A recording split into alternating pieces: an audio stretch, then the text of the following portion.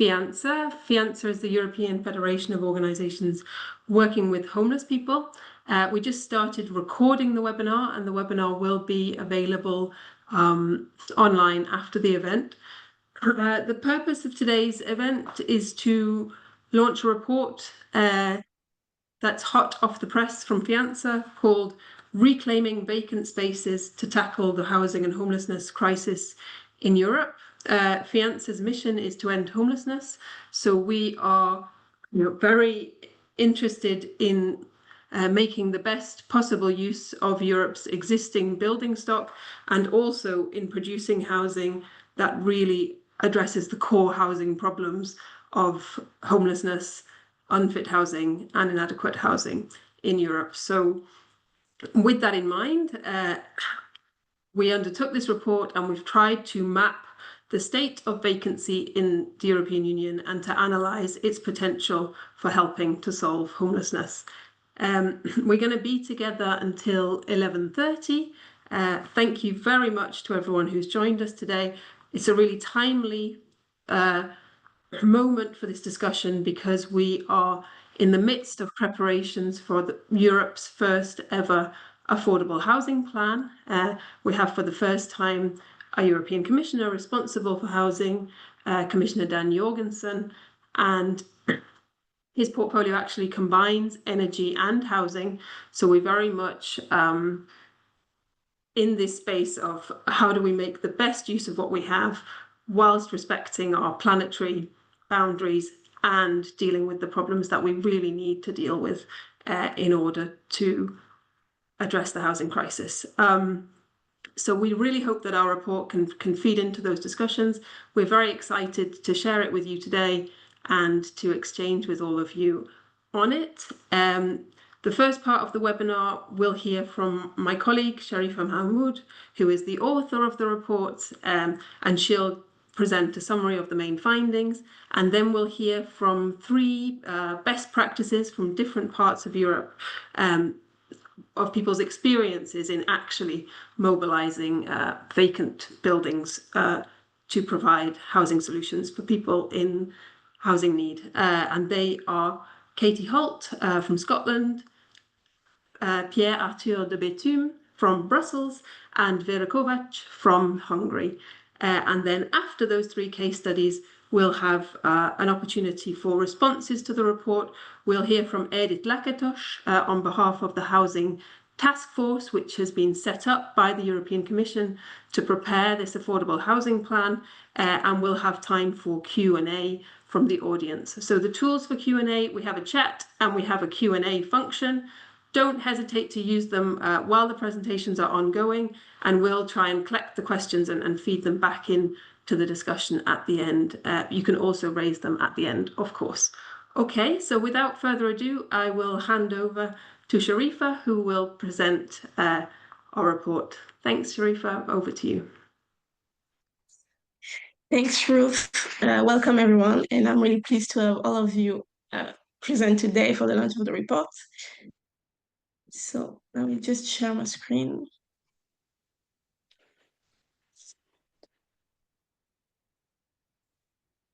Can you see the presentation on screen? Yes, okay, perfect. So as Ruth said, I'm Sharifa Mahmoud, project officer working at FIANSA for the past year. I've been researching how unused buildings can be transformed into housing, particularly for those experiencing housing exclusion and homelessness. And I'm going to start off with some of the main findings from this report. So to scale the issue at the European scale, we estimate that there are over 47.5 million empty homes that represent approximately 20% of the existing housing stock. So that means that 1 in 5 dwelling in Europe is currently laying vacant. To put it in perspective, we can only also note that about 1.28 million of people are experiencing homelessness, according to the latest FIANSA report on homelessness and housing exclusions. as you can notice on the map, there is a large regional disparities. So further is more vacant than the northern part. We can notice that the countries that are particularly noticing high vacancy rates are Croatia with 40%, Bulgaria with 38%, and Greece with 34.5%. And put into perspective that while there is this housing exclusion that persists and that grows, there are still millions of units that lie empty and that could be used for the people that need them. So to zoom in more precisely on the data, from the census data, I was able to really dissect what kind of buildings are empty. And in the case of the resident vacancy, we can notice that among dwelling stock, 38% are situated in a one dwelling building, 10% in. Yeah. Sharifa, sorry to interrupt you. A few people are saying that they're having problems with the sound and you are breaking up a little bit. Okay. Is it better now? Maybe it's the connection. That seems good. Okay. I think Ruth thought it's good now. Okay. Let's try like that. It sounds better. Okay. Okay, thanks. So among the unoccupied dwelling stock, we notice that that the most part of the unoccupied dwelling stock is situated in a 3 or more dwelling buildings. So that gives us an image that challenges the image that we have of vacancy. So we often picture vacancy as this derelict house in the corner or in the edge of a city, when in fact half of the residential vacancy is hidden. It's inside apartment blocks, and it's making it invisible, and therefore making it harder for the public authorities to track and to act upon. So also from these unoccupied dwellings, we notice that 80% are older buildings. So most of them require today retrofitting to meet housing and energy standards. And that's where address and tackle housing exclusion, and at the same time address climate goals, climate crisis, and invest in the reuse and the renovation of what we already have. So now that we delve into the data, I would say that data is not the end-all be-all. And even though we have these broader trends, this broad data set, one of is that the data is not usable enough. So we know that the vacancy is growing more. We can notice a rise of 23% compared to last census from 2011. But we notice that most countries lack reliable and usable registries, and we know that without good data, it's harder to act effectively. And to provide you with a good example of a practice that's been done in another country, we can be inspired by the model from France and the LOVAC database. It's an integrated online tool that permits to the local authorities to localize vacant units on their property, on their territory, and structure the data in a way that's usable and that's up to date and updated on a yearly basis compared to the census data that's available every 10 years.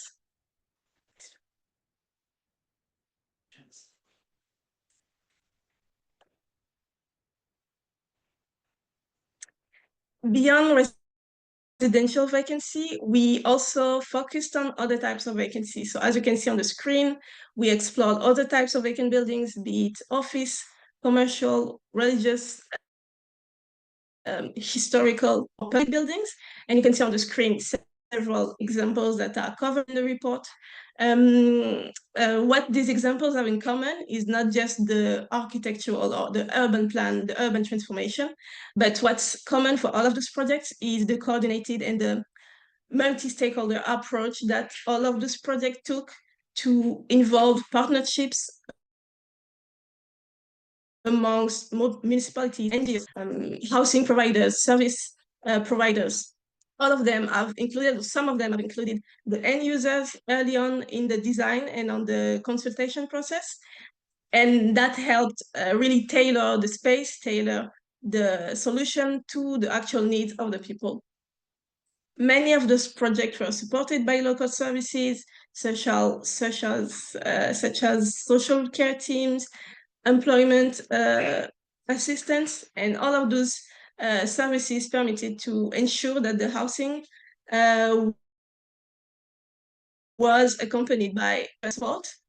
This solution highlights the importance of context-specific approaches, and it also highlights that there is no one-size-fits-all solution. So what's working in Cork with the development of the mixed-use grandparent project is not going to be working in Belgium, or it's not going to be working in Germany. So all of those different contexts, be it regional or architectural, all important to take into account. And what's really needed and what's we can notice is needed to have a long-lasting project is to have collaborative governance, a clear legal pathway, and also support in the development of this project. Those support can be from social services, like I said, but also financial support into providing affordable housing solutions from the reuse of empty buildings. So all of these conditions are as critical as the building itself. And I compiled those factors into a list of what's needed to actually address homelessness and housing exclusion through the reuse of vacant buildings.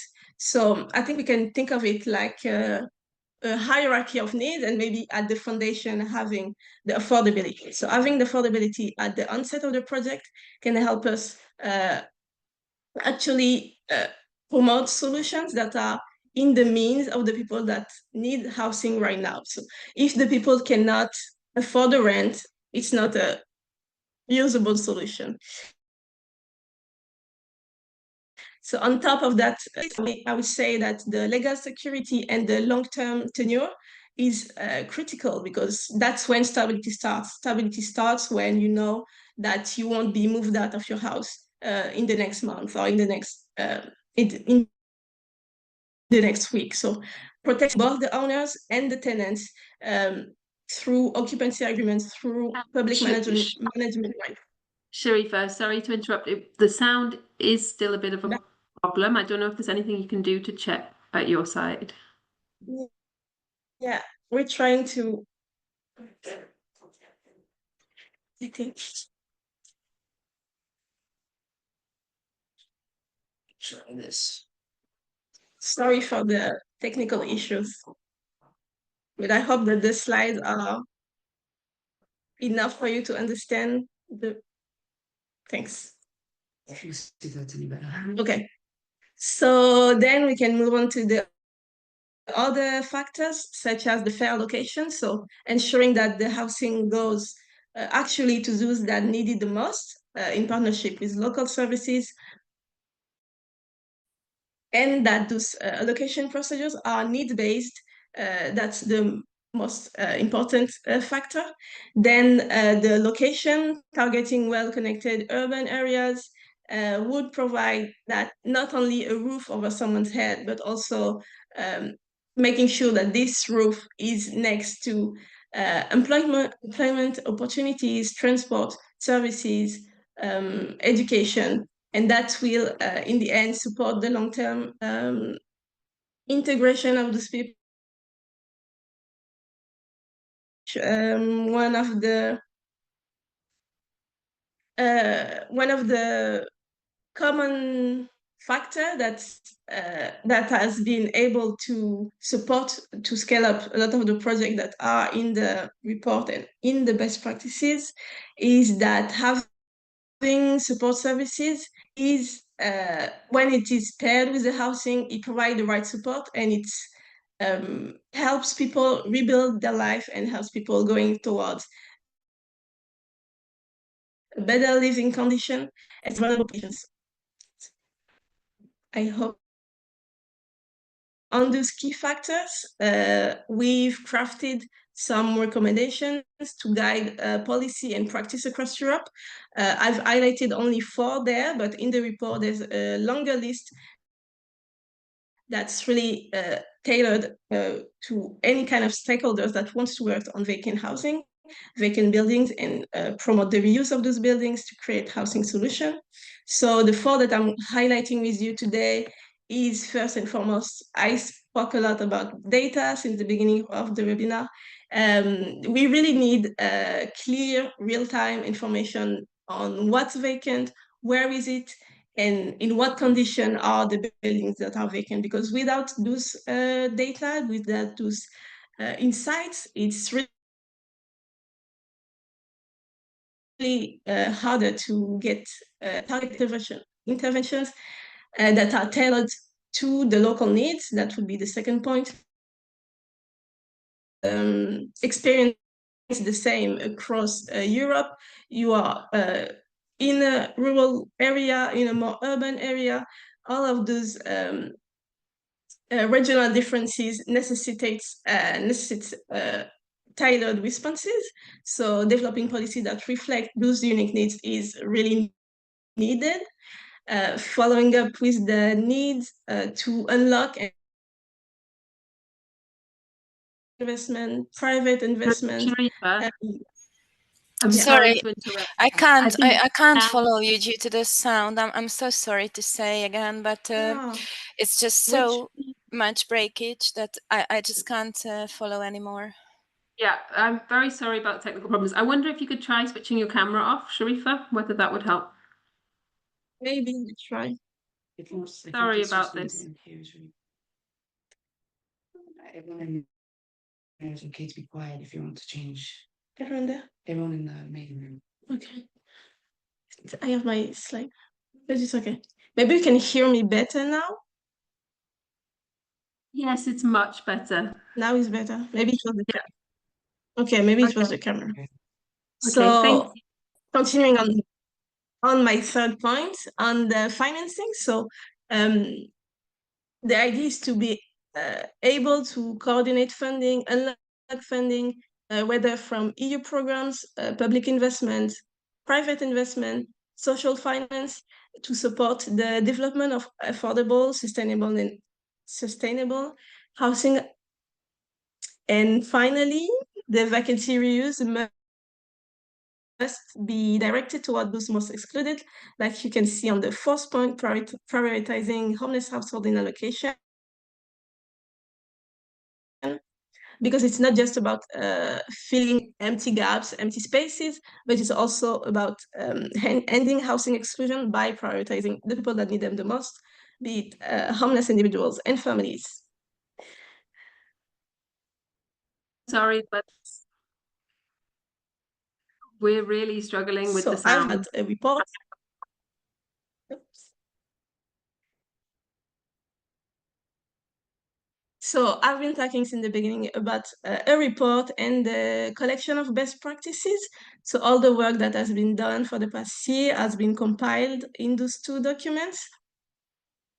And I will be able to share it with you after the end of this week in transforming vacant spaces into housing solution. And the best practices presents 9 projects and 5 policies across more than 12.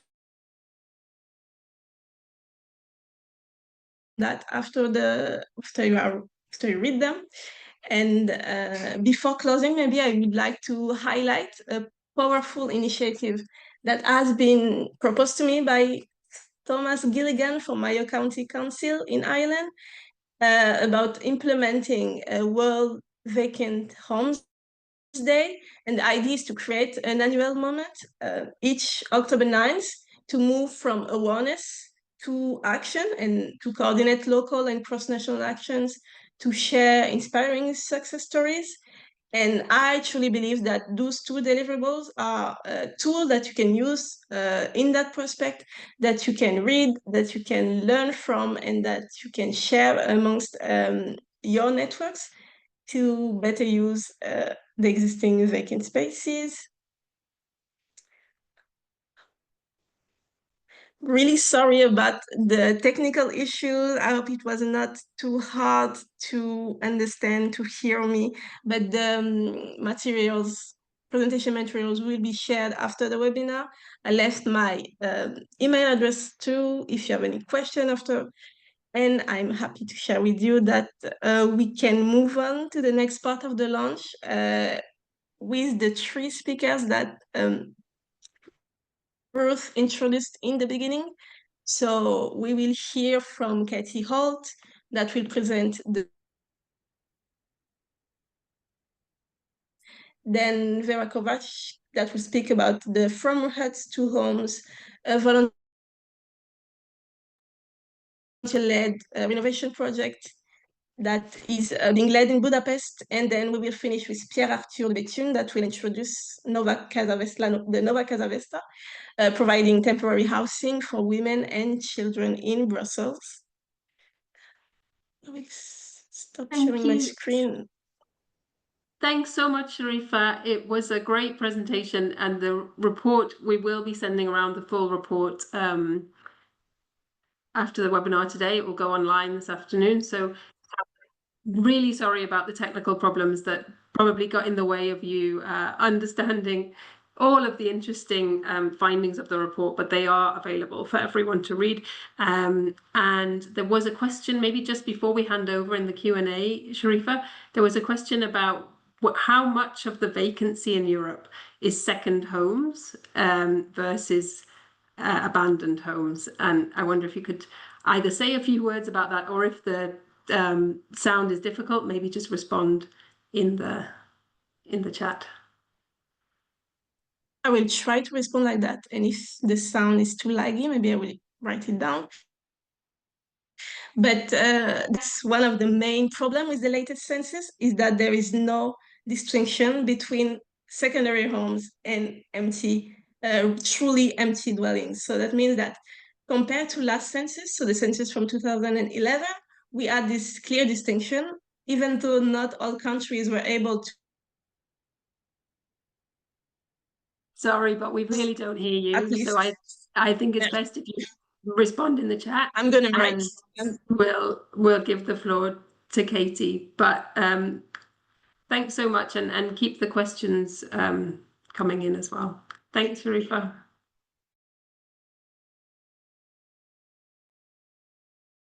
Good morning, everybody. Sorry, I'll just share my screen just now. Not this. There we go. Sorry, if you just bear with me for 1 second.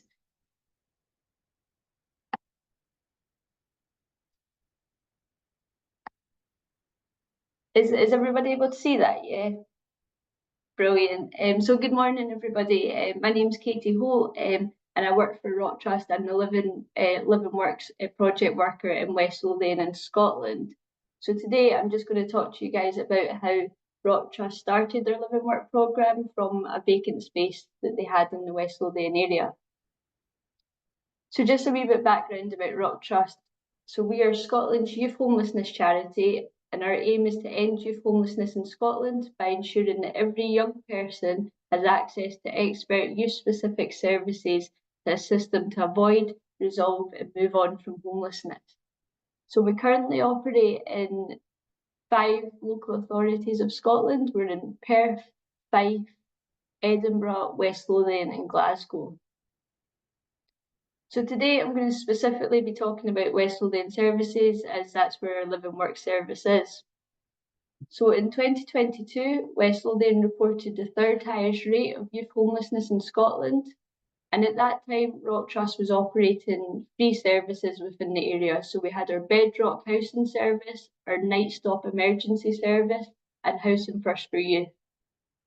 So what we noticed was that young people who had low support needs, who were maybe in employment or looking to be in employment or education, were often housed because of those low support needs in unsuitable accommodation. And that's just really to do with the housing crisis that's going on. We'd find that they'd be housed in hotels where the rent was very high, they had nowhere to wash their clothes or cook a meal. So a lot of their wages, the money that they were bringing in, would be spent on their rent and maybe takeaway food. So in 2022, Amond Housing Association, who are our housing provision partners, approached us about repurposing a vacant property in the Livingston area. So this was an ex-care home facility. It had 7 bedrooms, 2 communal areas, 4 wet rooms, 3 kitchens, 2 rooms a wee bit large enough for office space, and 1 big wraparound garden. So the next steps for Rock Trust were to think about what we could do with this property. Would we be able to get any funding for it? Would we be able to refurnish it? And how would the service look? How would we manage it? So to challenge the gap in provision, specifically kind of in the West Lothian area, a live-in work service would support 7 young people at any one time, and that was due to the nature that the property had 7 bedrooms. We'd look to provide affordable accommodation for the young people and housing support, just so that they're not going out to work and then having to spend the majority of their wages on rent. We'd address barriers to employment for the young people, and that would be through employability and training support from a project worker. And we'd also look to promote positive choices. So again, in 2022, we submitted an application to Henry Smith Improving Lives Henry Smith Charity, and it was their Improving Lives grant. We applied for just over 158 Great British pounds, and that would be spread over 3 years. And that was kind of broken down into 3 categories. So first one was to refurbish and furnish the property and have enough that we could furnish it over the course of 3 years, just with young people moving in and out. Also to provide personalised living, employability and wellbeing support to 10 young people per year. Now, despite having 7 bedrooms, we estimated that every year 10 young people would call live and work home. And that was just due to the nature of some young people returning to live with family, being made an offer of social housing, that sort of thing. So we estimated in the grant that we would support 10 young people per year, and also to provide as affordable as accommodation as possible. So once that grant was successful and we got it through, the next part was working with Amond Housing Association to refurb the property. Now, the property was in really good condition, however, it was an ex-care home facility and it was for elderly people with special needs, so it had a very clinical feel to it. It had like wet rooms with hoists in it, it had blue, white, clean flooring, and what we really wanted to do was put across 2 key ideas to Amond, and that was that we wanted to create homes, not institutions. So when the young people come to live here, they have somewhere proud to call home, and it's quite a normal home environment for them. Now, in the UK, it is quite normal for young people in their later teens to experience shared living, like going into student accommodation, that sort of thing. So we wanted to almost create quite a higher end student accommodation, but obviously it was a homeless unit. And we also had the idea that our young people deserve the best. So we were really incredibly lucky with Amond Housing Association, and they agreed to repurpose the full property at a very significant cost to themselves. We had a vision how we wanted to create the property, and they worked tirelessly with us to create it. And we really looked at 3 key aspects. So we wanted 2 flats, 2 shared living flats, one with 3 bedrooms, one with 4 bedrooms. And we wanted each flat to have personality, but also allow for personalisation. Within the occupancy agreements, the young people could be living at live and work for 2 years. So we think it is important that if they're staying in their bedroom, well, not staying in their bedroom, but if they have a bedroom, a place to live for 2 years, they should be able to personalise it as much as they can, just so that they're feeling at home. We also wanted to avoid unit and commercial fittings, and going with that to make it as aesthetically pleasing as possible.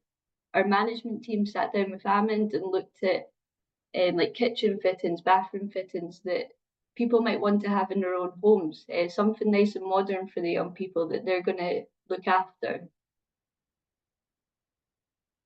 So once the refurbishment was finished, we then looked at furnishing the property. We wanted to really create warm and inviting communal spaces, and again, as aesthetic as possible.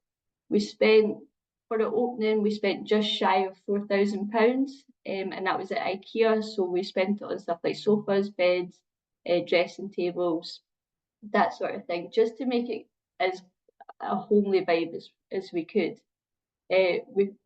We supplied board games and a communal dining area. That's really just to promote socialisation between the flatmates. And one of the key aspects of the property was a large wraparound garden. So for the kind of 1 or 2 days in Scotland that we do get some sun, we provided a barbecue and some stuff like badminton equipment, just so that the young people can go outside, they can socialise with their flatmates or with their guests, and we know that being outside is good for mental health and well-being. So we really wanted to promote that.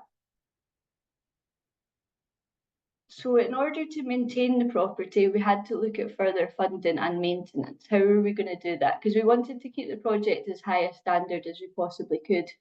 So a couple of weeks before we opened our doors, we had our corporate partners, M&G, come. We had about 15, 16 volunteers, and they came and they done a wee bit last minute decoration and furnishing. They helped build all the furniture that we got from IKEA. They also done a wee bit gardening, because it is a big garden that we have to maintain, and got it looking really nice for the young people.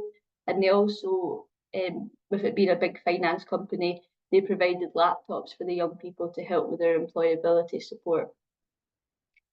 1 year into the project, we then had Lloyds Banking Group, and it was their Day to Give campaign. So again, we had a dozen volunteers come, and they done a redecoration of the flats. They painted them, freshened them up, done a bit of a deep clean of the kitchens, and they topped up our pantry with stuff like non-perishable foods, shampoo, conditioner, that sort of thing, stuff that young people would use if they're in a wee bit of hardship.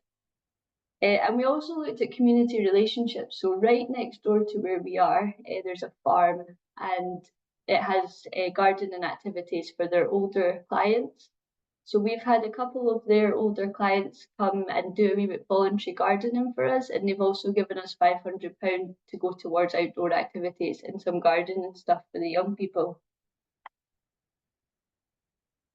So in 2023, we opened our doors to our first young people by receiving steady referrals from Westleydene Council, external agencies, hotels, hostels, and internally from our Night Stop service. So what does the service look like? We take referrals for young people who have low support needs, who are employment ready. They might already be in a job, or they're on the brink of looking for a job. Again, like I said before, we have 2 shared living flats, one with 3 bedrooms, one with 4. Rent for a space in one of these flats is £106.54 per week, and that includes their utilities, so stuff like gas, electric, and Wi-Fi. So that's the only money that they have to pay towards living here. Now in Scotland, that is relatively low. The average for a shared living for a young person is about £133 per week, so it is a wee bit significantly lower. It's definitely affordable. There's no curfew for the young people. We understand that young people may like to socialise and go out. They might want to take a later shift at their work for a wee bit extra money. So they can come and go as they please. They have a key to their front door of their flat and to their bedroom. They don't need to be in by any time. We had to unfortunately cap the guests that they could have at 2 per young person. That was just because if we have 7 young people with 5 guests over each, we could have some pretty wild parties. So we did have to cap that number. But again, we do understand that young people, and some young people enjoy socialising, and that's important. We also promote personalisation of the bedrooms. So if a young person comes in and they don't like the white walls in the bedroom, they can paint them, they can put up some shelving, and this is something that the project worker can support them with, and that goes towards their independent living skills. All the young people have joint household responsibilities, so in terms of cleaning the kitchen, cleaning the bathrooms, the communal areas, we sometimes do like a cleaning rota just to help them keep on top of that. But we do understand that young people at 16, 17-year-old, it might be their first time living independently. So what we like to do is we like to help them with this. We understand that they're not going to come in and just keep the place spotless to begin with, so we can help them with that. So we never meant for this to happen, but in the middle of the 2 flats, but it is locked off from the 2 flats to keep it separate, there is an office space for the West Lothian services to use. And it was just down to the fact that it was kind of like dead space in the middle, but rooms were big enough to be office space. Staff are on site Monday to Friday, 9 to 5, but there's no staff at evenings or weekends. And that's just to give the young people a wee bit sense of responsibility, looking after the flats. There is an on-call service for the young people, so if they're having a personal or property emergency, they can phone evenings and weekends and get through to a member of the Rock Trust team who will help them.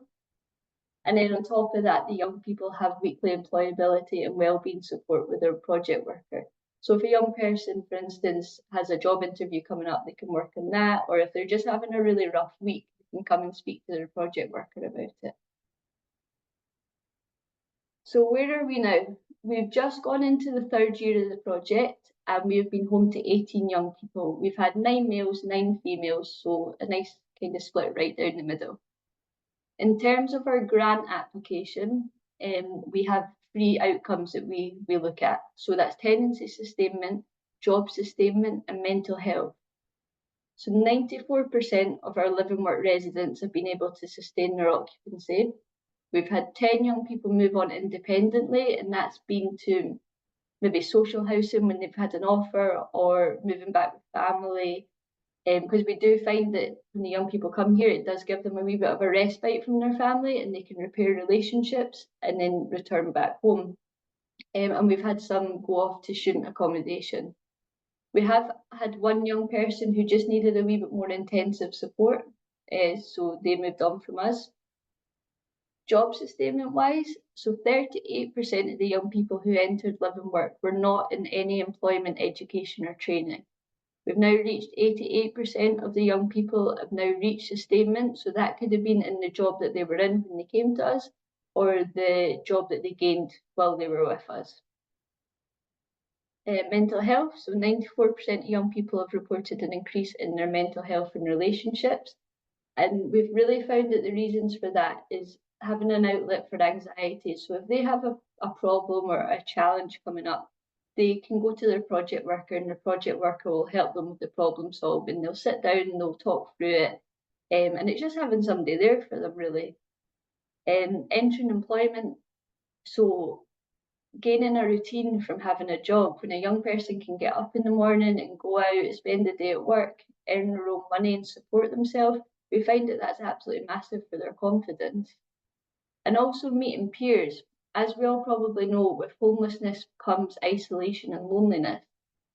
So for a young person to move into a flat with other young people going through the same thing, or a very similar experience, it just shows that they're not alone, and we find that that really helps them.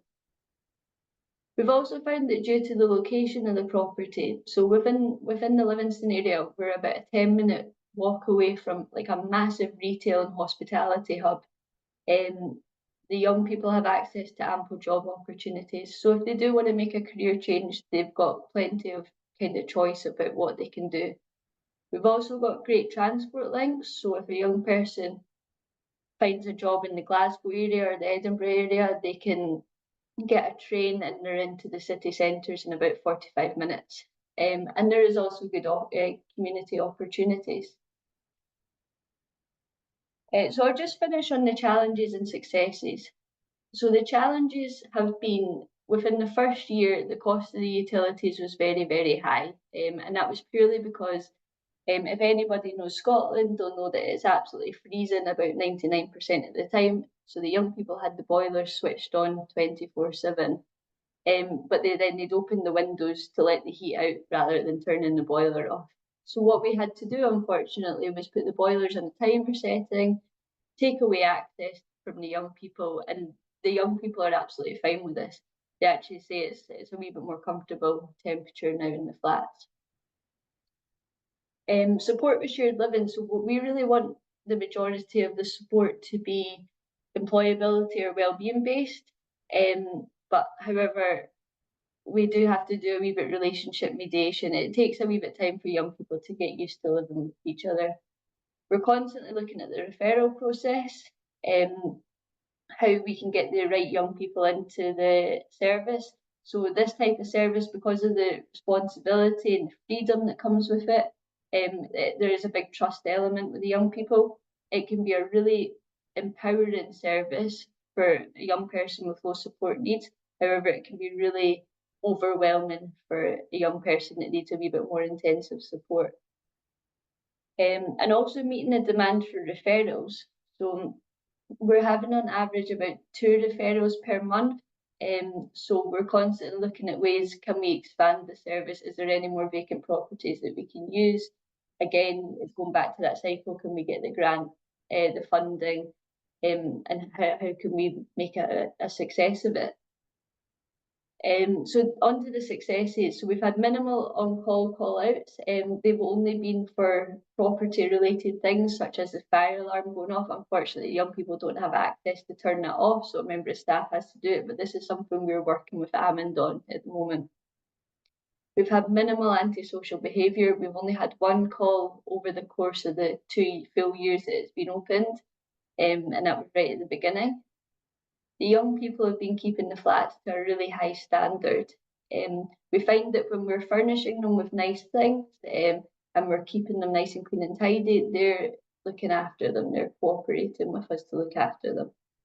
And also having an ongoing relationship with our housing provision partners, Amund. When something does need repaired in the property, we've got a great relationship with them that they can come out almost in the same day or as soon as possible to make repairs.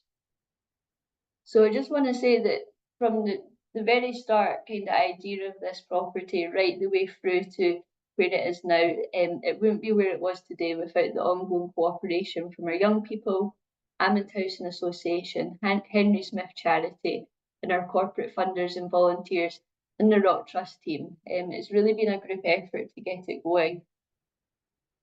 So thank you for listening. It's been an absolute pleasure to talk today. I'm not sure if we're doing the questions now, but if anyone does have any questions, I hope I can answer them.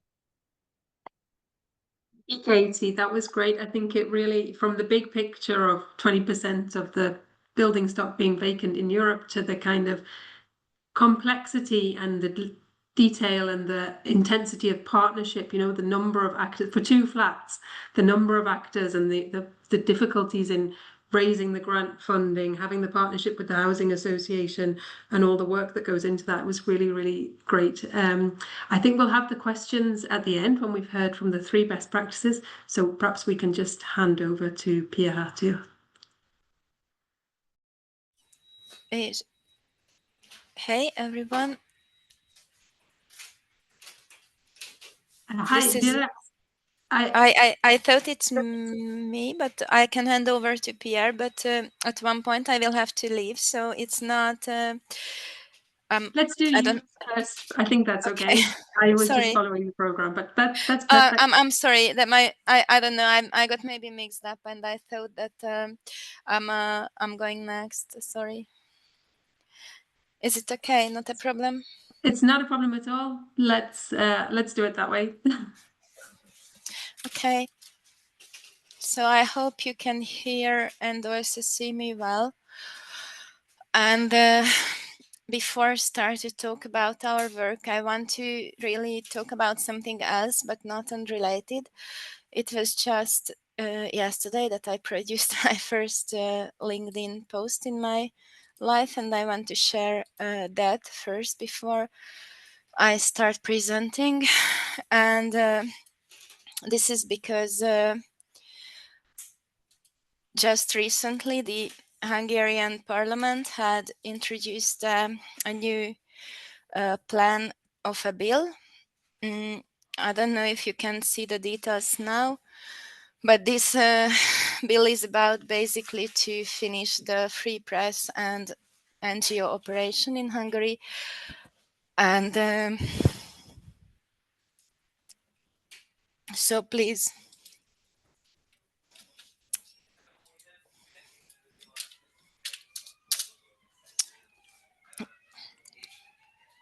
Just check that out in the comment section.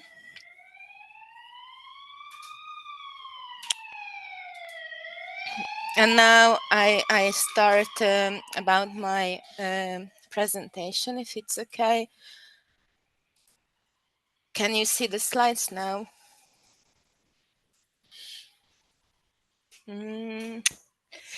At the moment, we still see the LinkedIn. Okay. Probably now it's better. Can you see the slides now, probably? Yes. Okay, fine, good. So From Streets to Homes Association has been launched 13 years ago in Budapest. And at first I will give you a brief. Vera, we Yes? see the slides, but they're not in the presentation mode. I don't know if it's possible for you to put them in. I guess so. Is it? Yes, that's perfect. Okay, Thanks. sorry.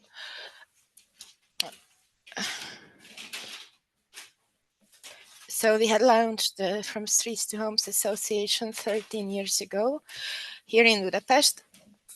And it was launched by 4 social worker colleagues. And because there was no housing providing agency or organization in Budapest, the only mean of offering some service for homeless persons were shelters. And at the same time, there are many people who are living in self-built huts and dwellings in the surrounding forests of the city, especially the eastern periphery. There are hundreds of such, or even thousands, I would say, of such huts in the surrounding areas, and these people are already doing an independent living in these huts, so they will obviously not swap that for an institutional place. And we started to address this problem. Now we have more programs for housing programs from huts to homes, which is based on housing first approach and still offers services for this community. And we have a small housing agency, and we also have a program that aims to house young people who are coming from children's ward. We have a program of solidarity accommodation for Ukrainian refugees that was just recently cut due to the Trump administration's cuts of US aid funding. And what we offer in From Streets to Homes, Huts to Homes program is that we target and renovate unused municipality-owned buildings. As you can see on our pictures, we are involving volunteers and the tenants into doing so. On these pictures, you can have a feeling of how a voluntary day looks like. This most of our flats that we can use for Huts to Homes program are owned by the 10th district municipality. And actually this work we do there with the municipality was featured in one of your, I don't know if I can switch screen shares or not, but I will just link it to the chat section. So this work is also featured in a Fianza Good Practice booklet, what we do with the 10th district municipality. So we renovate unused municipally owned buildings, but this one on the picture is an example because we actually bought this dwelling.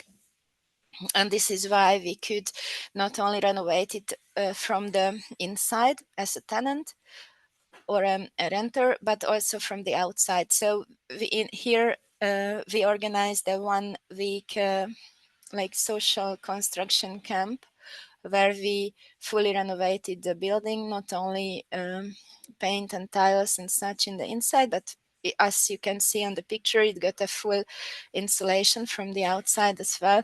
So this is why I really like to show this project, because this shows our more complex understanding of the program problems. So it's not only making a home more nice or comfortable, but also more energy efficient. Of course, we don't have the means to do a lot of house buying. So when it comes to our own properties, we always do the insulation, we always do the energy efficiency scale ups as well. But when it comes to municipal dwellings where we can have the tenancy in exchange for the renovation, then we are mostly only allowed to work on the inside of the buildings. So now there are many questions that may arise, that why do we as a civil society organization have to even renovate municipality owned dwellings, and why not the municipality does that themselves? And that's a totally logical question. And so I prepared a slide that what is the situation in the Hungarian housing policies. So when we as housing organizations talk about housing policies in Hungary, we always stress that there is no such a thing as a governmental responsible person for housing policies, or the first one had just been assigned a few weeks ago, and they are not yet visible in what they are doing. So we can say that we, as far as now, don't have a governmental housing policy. But at the same time, there are 11,000 shelter places in homeless care system, and there are 100,000 flats in total in public hands, which are all owned by different municipalities, and this is less than 2% of the total housing stock of the country. And at the same time, the municipalities don't have a central governmental funding to maintain and renovate these properties. So when one property gets empty because the tenant leaves or dies or evicted or whatever reasons, in many cases the municipality cannot rent the property again because they don't have the money to actually renovate that. In my presentation, we have a material linked, which is our recommendations for any political actor to change that. So this is a funny thing, because we basically have to do municipal building renovations because no one else would do that, and even if that very small stock could be still standing empty. And during the past years, we had renovated 40 municipal dwellings, so it's not a huge number. But also in the other housing programs, we deal with private property and also have some own stock, and we also provide housing allowance. So this makes the number of our clients was like 400 in total at the beginning of the year, and now it's of course decreasing due to the US aid cuts, but still above 300. So we can say that about 1/4 of our current clients are living in municipality buildings that we had renovated in this program, which is still something.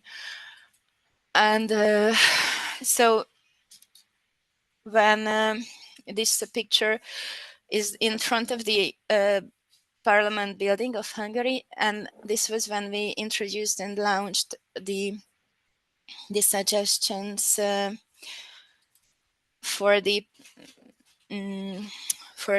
elections to launch proper housing policies and for the government to allocate funds for the municipalities to renovate these buildings themselves, because we don't want to be a big like renovation company. We want to be social workers and provide our services as social workers. So we want to have the renovation part financed and organized from central funding.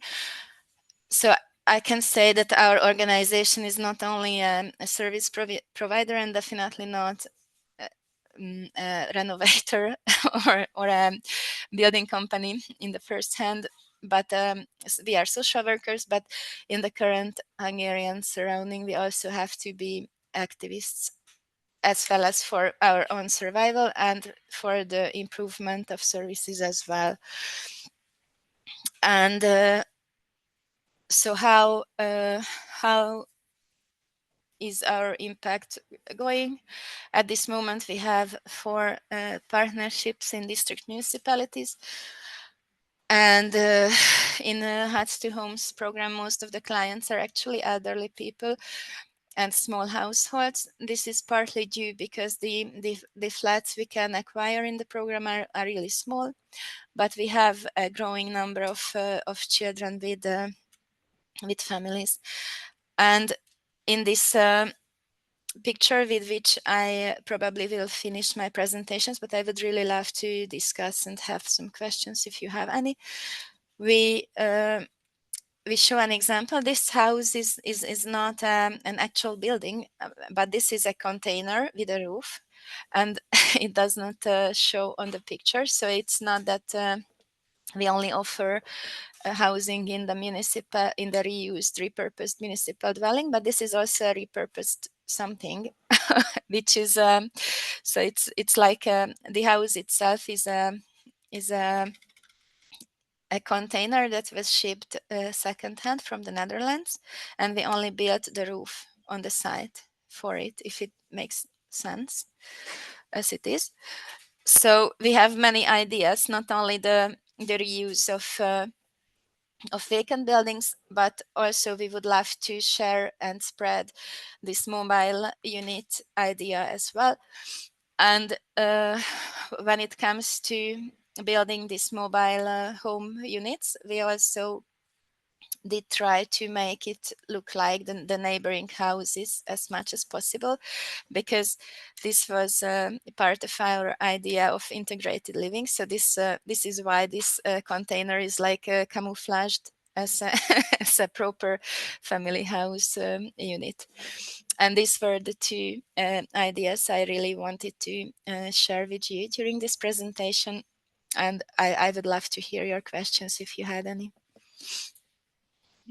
And thank you so much, Vera. I think it's a really inspiring example of how even in an extremely challenging context, a little bit of courage and creativity can make a huge difference when it comes to meeting the most urgent housing needs. And that's especially with the municipal flats, that like even in a very challenging context, it's possible to mobilize volumes that make a pretty big difference in terms of homelessness. So thank you so much for sharing that. And I'll give the floor now to Pierre Arthur. Hello, everybody. I will speak about the Nova Casa Vesta project. But before that, I will have to introduce Fairground Brussels. I hope you are seeing my screen now. Yes, I will try to put the slideshow mode. So Fairground Brussels is a social real estate cooperative which has been created 4 years ago by a lot of organization active in the affordable housing question or in other social economic projects. For my part, I'm working for Lilo, which aims to stop homelessness in Brussels and in Wallonia. So the social, so what we are, so we are a social cooperative. We are buying building to rent them via the social real estate agencies. And we also can sell units via the community land trust model. So we are making sure that the price of the unit we have remain affordable forever. So two mission. First mission is finding solution for precarious people, and also enabling organization to maintain their activities in Brussels. So far, we've bought 60 buildings, so it's quite a good path, knowing that we start from nothing in 4 years ago. This is due. We bought 8 from ourselves, and we absorbed another cooperative last year, so that we raised to 60 buildings for 67 housing units and 5 premises for organization. I will now speak about the Nova Casa Vesta project. First of all, explaining the partnership to do this project, we needed a lot of partner. So to explain the history, the building that we received from the municipalities of Forêt has been bought by the municipality of Forêt 5 or 10 years ago, and they didn't know yet what to do with this building. So there was no clear project. They knew that they need spaces for a lot of public activity, but it wasn't clear yet. So they asked to Comuna, which is an association that works to activate empty spaces in Brussels, to occupy the building, and Comuna found some tenants, and one of the tenant is the New Sami Social, which is an association that also works to help homeless people to find housing solution for 1 night or 3 months for temporary solution principally. And in this building, the New Sami Social started the Casa Vesta. So it's an housing project and co-housing project for women and their children. And one other partner of this project is the FEDER. So we applied 2 years ago for a FEDER, so European funding to support the renovation of the project. Some words about the Nova Casa Vesta project. So it's a temporary project that will be perenized. So this is the goal. So it exists now since 2 or 3 years, and thanks the renovation, it will last more. I won't say forever, but as long as it's possible. The goal of this project is to allow women and their children to have a residence during at least 3 months and maximum 1 year, theoretically. So it's in Belgium, it's necessary to have a residence, a fixed residence, to activate rights. So this is one of the goals of the Nova Casa Vesta. And the other goal is to reactivate a network. One common point of homeless people is that they are losing or they don't have any network here. One of the goals is to activate a network for these women and the children. I will now speak about the building today. So you are seeing on the screen a very big building. So Comuna is managing this whole site, which is more than 5,000 square meters, with heavy construction in the interior of the block. We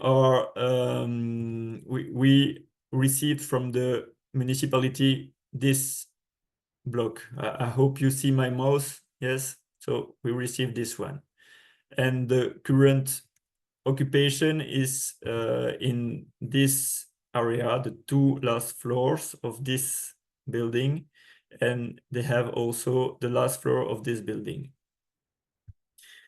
So this is a temporary occupation with 30 rooms and 5 bathrooms and some common area. It's quite okay for a temporary occupation. It's very clean. It's quite dignified. They are occupying the place. They are cooking together. They are cleaning the space by themselves. So they are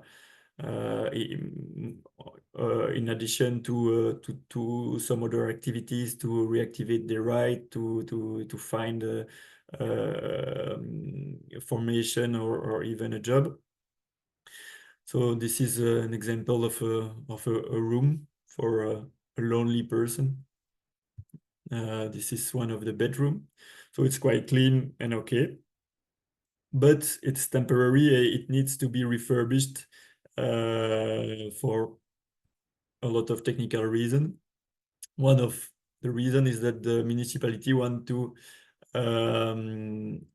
remove some building from the interior of the block.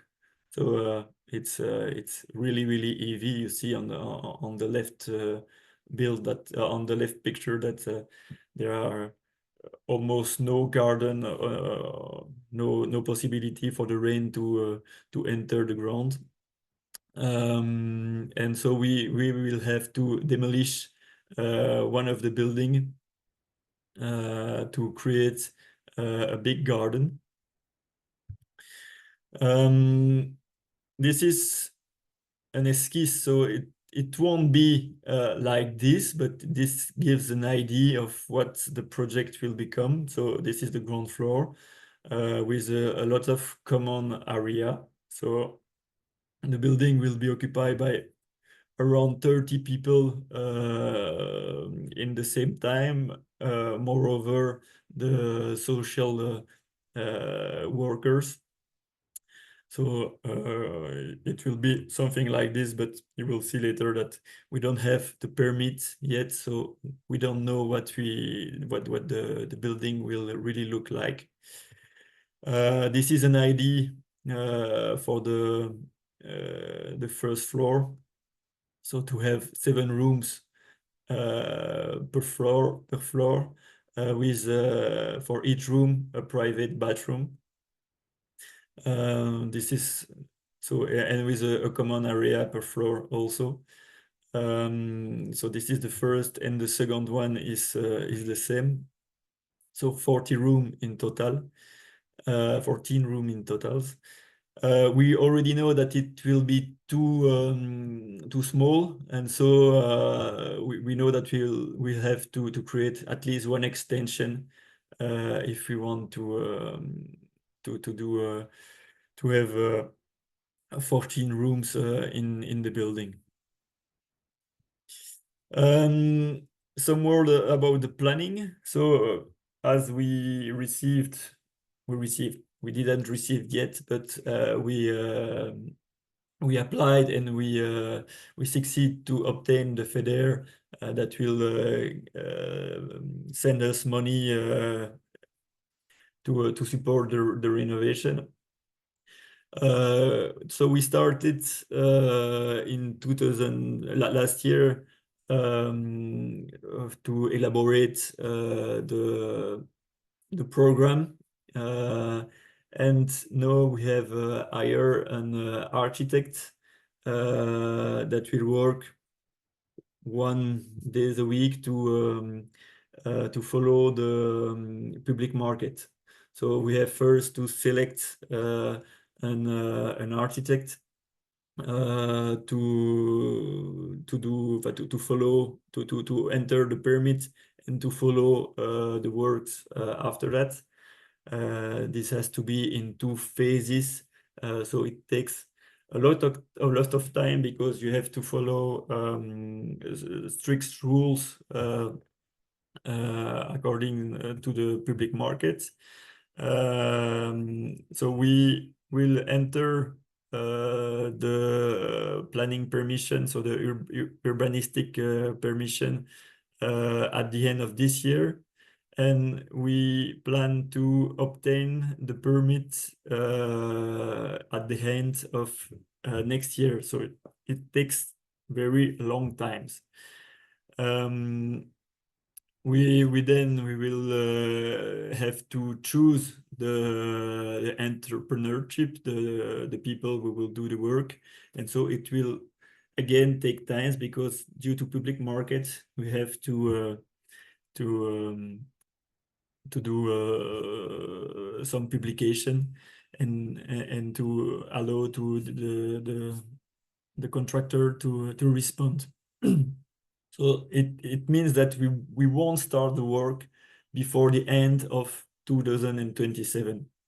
And at this moment, the current occupation of Casa Vesta will have to be relocated into another place that we still need to find in collaboration with them. And the end of the works will be finished normally at the end of 2029. So very long path for this kind of project due to the fact that we have the public market obligation. Some words about the financials. This is very high level. We have some estimation so far. So the cost of the works will be around 2 million euros. So to refurbish completely the building, to demolish the big construction inside the îlot. So it's around 3,000 euro per square meters. So it's very big, but this is what it costs. We hope that it won't be higher if we have some more crisis in the future. So this is what we have to spend. And how do we find the money? It's a big part of this money is from the FEDER. So we will receive 1.4 million from the FEDER, and we have to borrow the rest to the private markets. And as we have only a real right on the building for 40 years, we have to reimburse the total of the cost quite rapidly.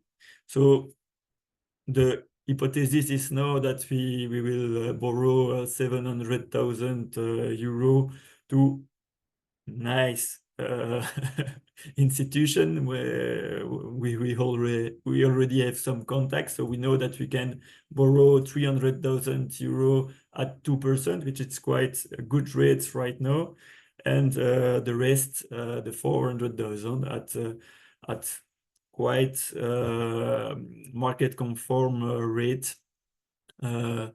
So this is how we found the project. And we will have the new Sami Social. We will pay a rent of a bit less than 50,000 euros during the whole project. And so we can see the curve, and the first year are negative because we are just paying and we don't have revenue yet. And after, when the project start, we are slightly positive, but still not positive enough. And we are foreseeing that after 10 years, maybe 15 years, maybe 20 years, we will have to do some works to renovate. And after 20 years, when we finally reimburse the two loans, we are positive. So it's positive from 2049, which is not really enthusiastic for. I don't think that any private promoter will do such a project, but we are not aiming to make money with real estate. We are aiming to support a social project which will help a lot of people in difficulty. I thank you for your attention, and I am available for any question. Thank you so much, Pierre Arthur. I think the last slide was really getting us into the heart of the question about how we do these kind of conversions and where the money comes from, especially when the end occupants are either homeless people in temporary accommodation or people paying low, who can only pay low rents over the long term. But I think when we go back to our original thinking about housing sufficiency and how do we make the best use of what we have to do the things we most need to do, it's really the crux of the question. And if we manage to convert all the vacant housing in Europe into luxury flats, we won't have solved the problem, although it might have been easier to raise the finance. We are really behind time, so apologies for that from me as the chair. It's totally my fault. And I would like to give the floor now to Edith from the Affordable Housing Task Force, just to comment on the report and the case studies that we've heard about, and maybe to share a few thoughts about how this issue might be addressed in the future EU Affordable Housing Plan. Thanks a lot. Can you hear me? Yeah, perfect. Okay, so yeah, it was really nice to see very inspiring examples from countries. And indeed, we are very busy with analyzing and assessing all the best practices across Europe. Yeah, I know very well the project that was presented by Fairground, but me being Hungarian, I also know very well the challenges in Budapest. That is extremely difficult. So we also see that in some countries where there is no state intervention, it is very much needed. That is also part of your report. So I take note of all the recommendations that are there, and just encourage you to also feed in the public consultation that will be launched in June. It will be launched, I think, in 2 weeks, if I'm not mistaken, and it will stay open until end of October. So it's a very important opportunity to share your best practices and reports with the Commission. So I'm not alone, unfortunately, to in the task force to decide about the new affordable housing plan. We are about 25 people. It's a new unit that has been set up, as you know, under the commissioner who is responsible for energy and housing. Experts from member states, from the European institutions, and also from local level have been recruited there. So I'm particularly happy that I can bring the views of the providers who are actually participating in solving the housing crisis, and I can transmit all this knowledge that I got in the recent years. So what I can say from the Commission side is that the website was launched. You can check it out. It's housing.ec.europa.eu, where you see all the process, and some best practices will be also updated very soon on this. So as I said, the public consultation is open, and we would be very happy to hear your ideas on how the EU could add value in supporting all these measures that you enumerated also in the reports, because the European Commission is looking into a special European added value. We would be very happy to hear any thoughts on citizens' acceptance of repurposing or densification. We are now assessing this as well, and we don't have so much information yet. On the other side, there are the other European institutions who are also super busy in feeding in this conversation. As you know, the Committee of the Regions just published its report on affordable housing, and is suggesting also this point, to look in this point of vacancy. The European Parliament will prepare its report in September. It's upcoming in September. And as you know, next semester is the Danish presidency, which will happen from September to end of December. And the presidency is preparing a conference also, especially on social and affordable housing. I don't know more about this, but just to keep your eyes open, and any opportunity that could come to your mind also to feed in this work that will be coordinated by the Danish presidency. So after that, the public consultation will finish in October. We will basically put in all these ideas in a pot and try to draft the first ever affordable housing plan that will be published in March 2026. And then the whole conversation with other institutions and civil society partners will start. But it's very important that you participate in the public consultation before the first plan is there, because it's more likely that your idea will be then integrated. And the last point on the MFF, the discussions on the next MFF, which is the multi-annual financial framework, already started. It's concerning the post-2027 period. So it's also important to feed in this discussion as well, because there is a inside and outside fight about where the money will go. I guess I'm not telling you any secret about this. It's important that the providers, the civil society organizations are there echoing the importance of investing in housing. So especially when it comes to this new EU competitiveness fund. So you are also in the driving seat to tell us how this new fund should look like, how the fund is expected to be integrated into the EU budget. So the proposal of the European Commission will come in June, and then, of course, the negotiation and the debate with all the partners will start. So that's a little bit about the process, and I will communicate all the content that you produced in this report to my colleagues, who will be responsible for drafting a proposal on vacancy. Thank you.